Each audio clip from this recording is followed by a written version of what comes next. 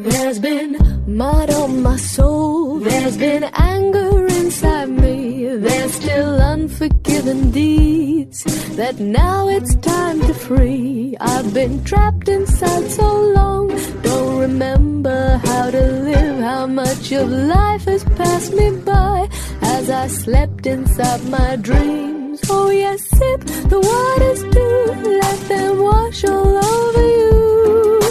Here you are at last, free yourself from past and walk into the new.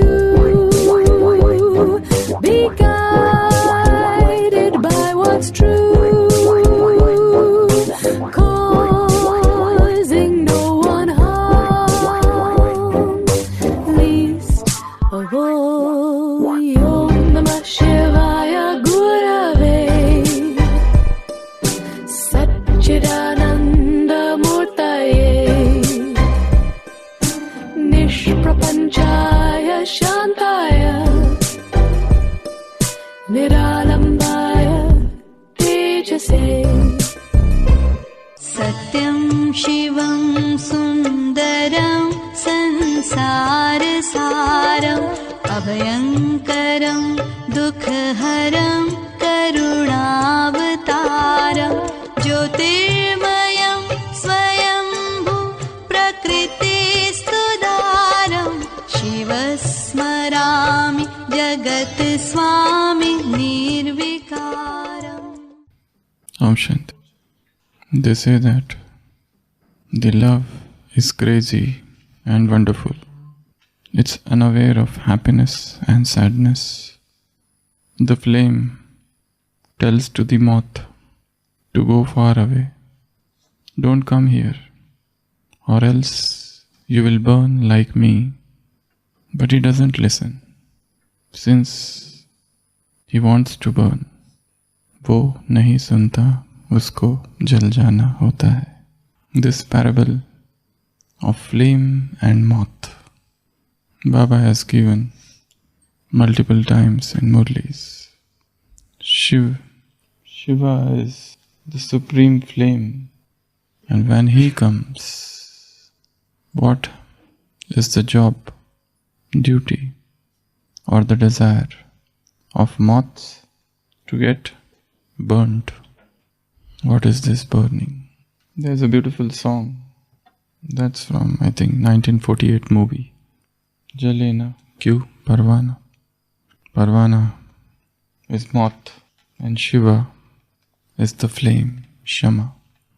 Burning means to become pure. When the gold is kept in fire, it becomes purer. All the grossness, all the baser elements are removed from the gold. It becomes pure gold, kundan.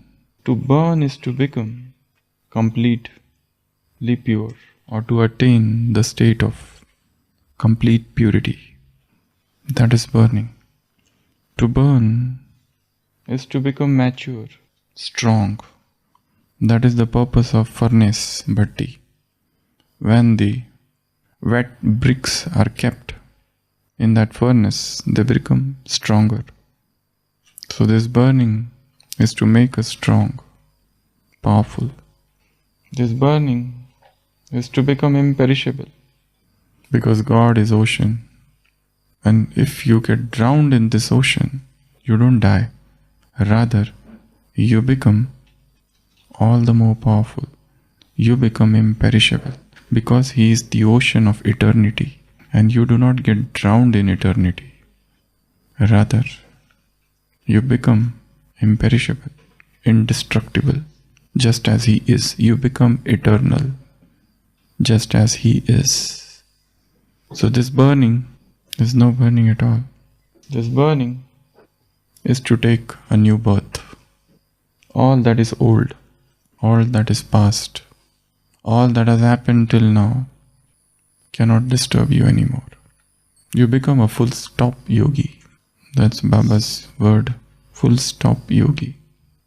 Which is the most favorite moment of your life? If somebody asks you this, what is the answer?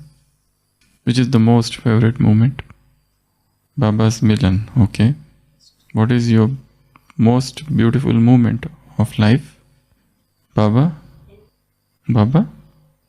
When you got the introduction of Father, introduction of Self, introduction of Baba, meeting with Baba. What else? When there is an experience. First time coming to Madhuban, first time doing course, first time going to center, first time listening to Murli, first time explaining an exhibition, first time many things. The most beautiful moment of Brahmin life is now. This moment. Nothing is better than now. Because now is power packed. Now is including everything which has gone in the past. Now is the seed of the dreams of the future. Now is the present. This moment is the best moment. This day, which is your favorite day? Today. Which is your favorite day? Today is my favorite day. No better day than this day.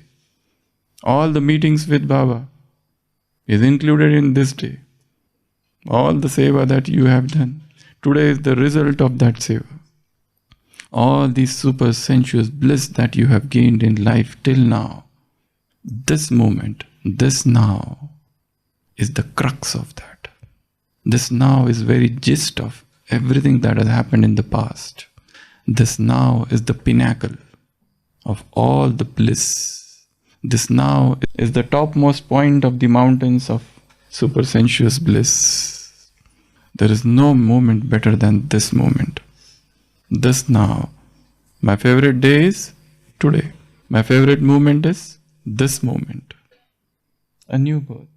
And fifth, to burn is to become like Him, is to be one with Him. The greatest desire of lovers is to become one. But since they do not know of the eternal self, they think it is at the level of body. That's why the culmination of the worldly love is physicality, physical intimacy. They feel this is the highest stage. But when you enter the spiritual realm, this is a very lowest union that is possible. Rather, this union is associated with frustration, craving, anxiety, restlessness, and repentance. Even if all these things are not there, it is very transient. Soul is infinite. Infinite cannot be satisfied with anything which is finite. Anything of this world, which has got beginning and end, Adi Ant, cannot satisfy the soul, which is beyond beginning and beyond end. So, from that measure, no human being can give me pleasure. No human being can bring me satisfaction. Nothing of this world can bring me that eternal bliss. Spirituality is the solo journey, is the solo path. It is the path not of complacency. You cannot say that I have achieved. Enough is enough now. Too much of service, too much of yoga, and too much of knowledge. I have done everything, I have got everything. What more is to be achieved? The moment the self-complacency comes, life stops. Dadi Janki was in Ahmedabad and she did a course. There was a widow of a textile merchant and she was a very good soul, one Mataji. And she brought her to Baba in Madhuban and Dadi was extremely excited. I have done course of this soul and she has come in Gyan and now she is firm. She has got firm faith in the intellect. So Baba was extremely happy. But Baba said, child, you have got a flower. But Baba wants a bouquet.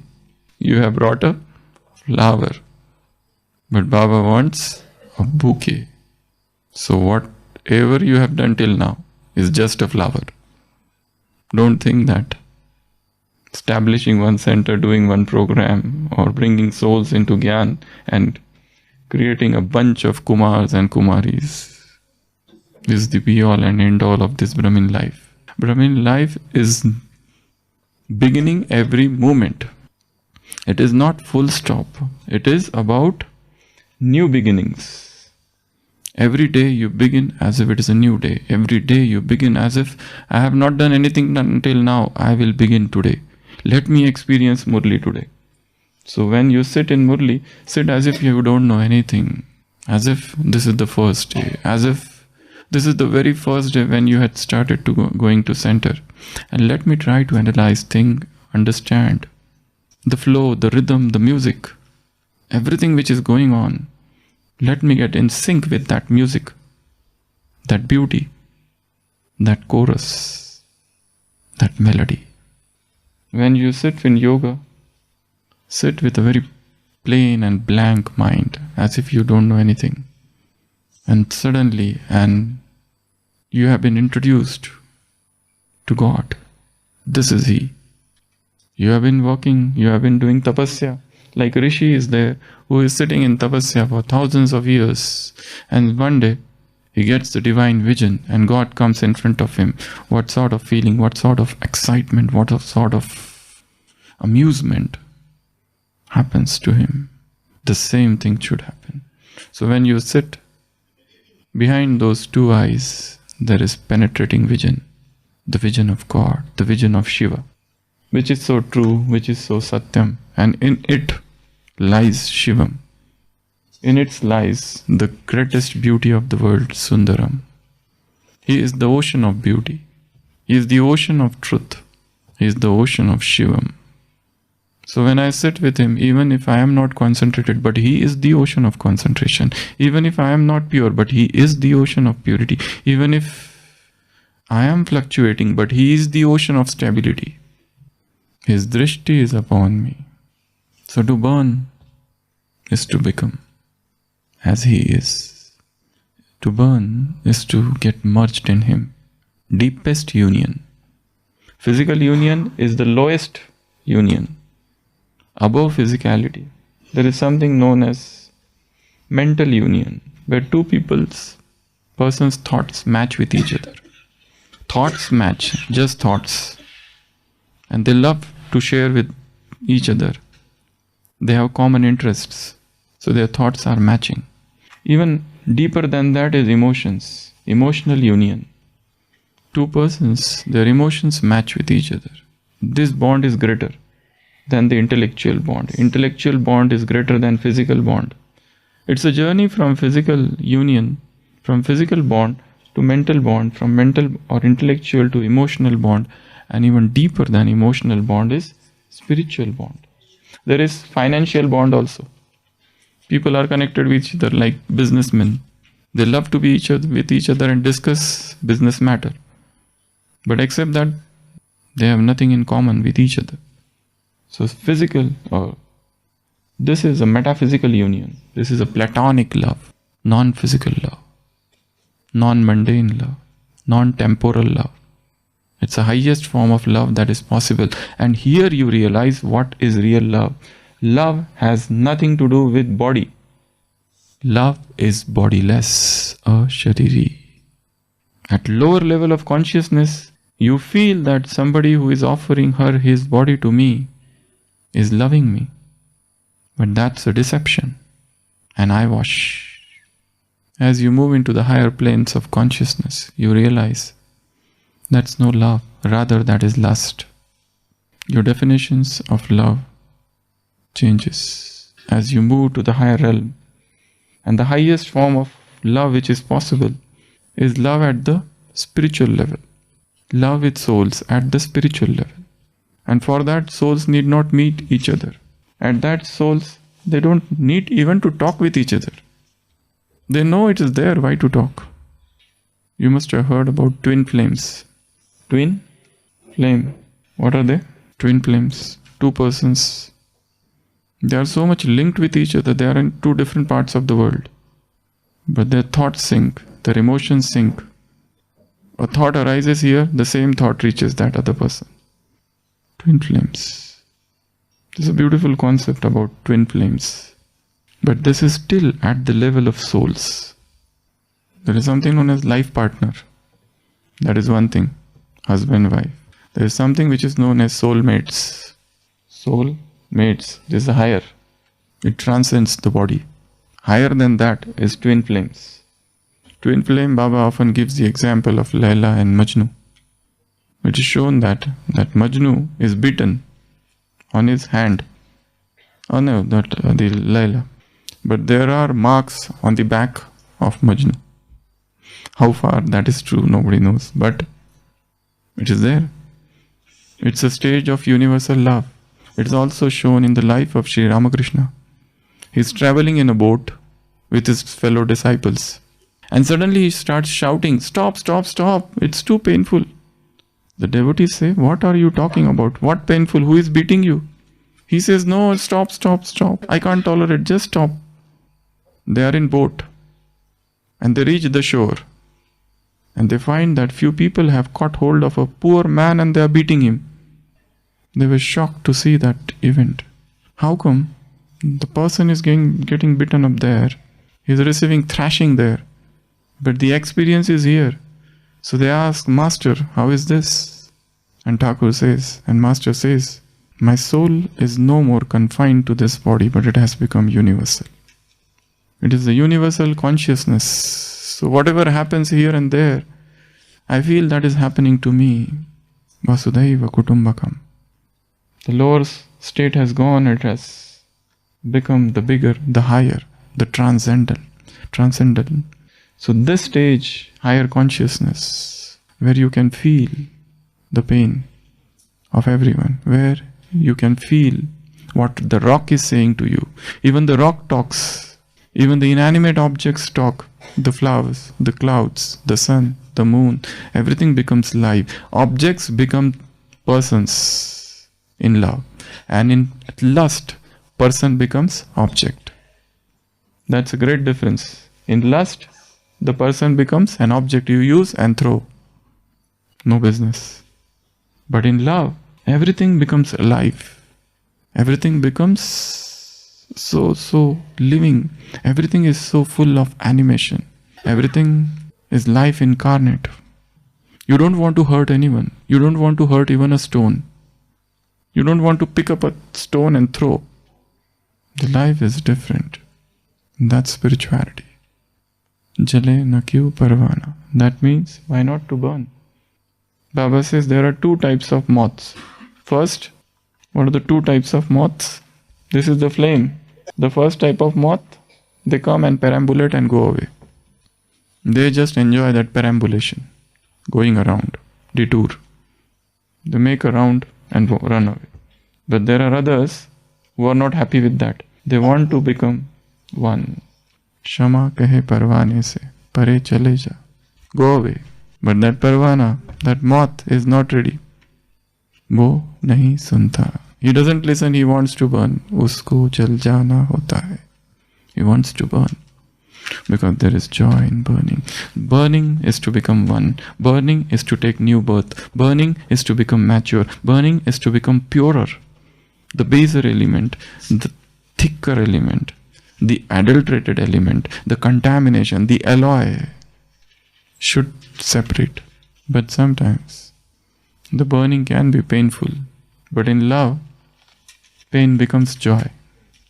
In love, pain becomes joy. When you suffer, if there is somebody who loves, your sister, your brother, has met with an accident, he is sick, ill, paralyzed, in the hospital, you serve. But you don't get tired. But if you do it as a duty, a nurse in the hospital can get tired if she is asked to do an extra work. But had it been her son, she would not get tired. Why? There is no question of duty. A nurse in the hospital can say that my shift is over 8 hours. Now let me go. But her son is sick. It's already 8 hours, no 10 hours, no 12 hours, nay, 14, 16, 18. She is still awake and she is not tired. When there is love, there is no tiredness. When there is love, there is no burden. When there is love, there is no labor. It is known as labor of love, love of labor. It is not. It is the labor of love. The heart is full of joy. The heart is full of bliss. So it wants to do everything for the beloved. Rather, it wants to lay down one's life for the beloved. the last, the ultimate, the final sacrifice. And the greatest sacrifice, they say, is to lay down one's life for the beloved. It is not about dying.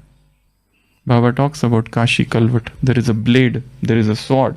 People jump and they are no more. And they say that, yes, in this, sins of so many births get burnt in one moment. But then, you will begin another life and new sins will happen. It is not the Kashi Kalvat of this, but it is the body consciousness. Destroy this and come to this. So, this again a beautiful song. Baba said, love is crazy and wonderful. It's very difficult to understand what love is. So, a man has come to Ramanujan and he said, I want to understand how to love God. How to love God? God is such a mysterious figure. How to love Him? So Ramanujan said, have you loved any human being? He said, no, I hate loving human beings. They are deceptive. I don't like them. So Ramanujan said, then go away. If you don't know how to love human beings, you cannot even love God. First learn to love humans. If you cannot love the one who is live, one who is seen, how can you love the one who is unseen? It is not about getting attached. It is not about, I'm talking about love. It is not about lust. Love is a higher affair. And when love comes in life, then it is not just loving God, but you feel everything is the manifestation of the same. The same love you see everywhere. Then you don't want to hurt anyone. You don't want to do anything which is against the principle of love. And love becomes universal. The limits are broken. The barriers fall down. The walls collapse. Love is not just a feeling or emotion. Love is the name of energy. Love is not feeling. Love is not emotion. Love is not just power. Love is not a virtue. What is love? Love is the higher energy. And when you vibrate with the energy of love, you become the very embodiment of everything. Powers are not visible. Love is visible.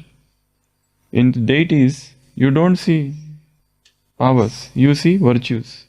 If you see Dadi Prakashmani, you don't see her to be powerful, but you see as an embodiment of virtues. So powers are transformed into virtues. And the virtues are seen. You don't see that she is outside, she is powerful. It is powers are hidden. Powers have become virtues. Or rather, all virtues have become love. So she is all love. There is no distinction here. This is low, that is high. Love is the highest stage of spirituality.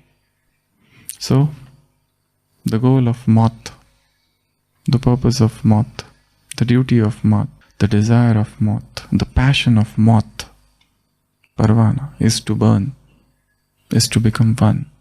It doesn't think there is no security, there is no backup. Let me jump. If I don't get burnt or half burnt, then I should have some hospital. There is no such. To surrender is the jump into the unknown. It's a jump into the insecurity. No backup, no support. Om Shanti.